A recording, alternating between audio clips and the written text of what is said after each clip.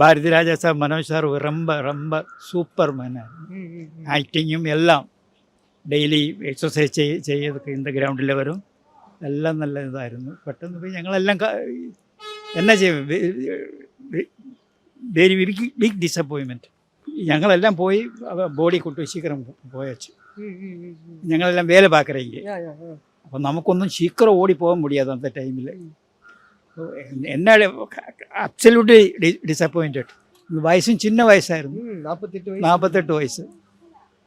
This already made one bypass surgery. Then after resting in this house, then suddenly one cardiac arrest.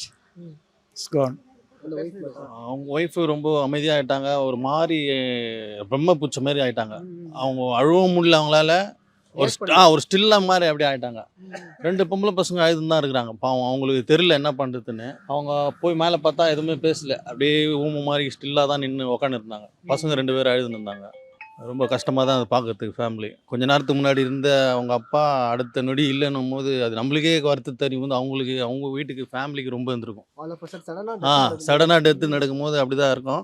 வீடே அப்படியே ஒரு மாதிரி இலோன்னு ஆயிடுச்சு. ஒரு பக்கம் தான் லைட் ஏறுது, மற்ற எல்லா ரூமும் இருட்டா அந்த மாதிரி ஆயிடுச்சு. ஒரு கலகலப்பே போயிடுச்சு அந்த வீட்டு உள்ள, அந்த மாதிரி ஆகிப்போச்சு.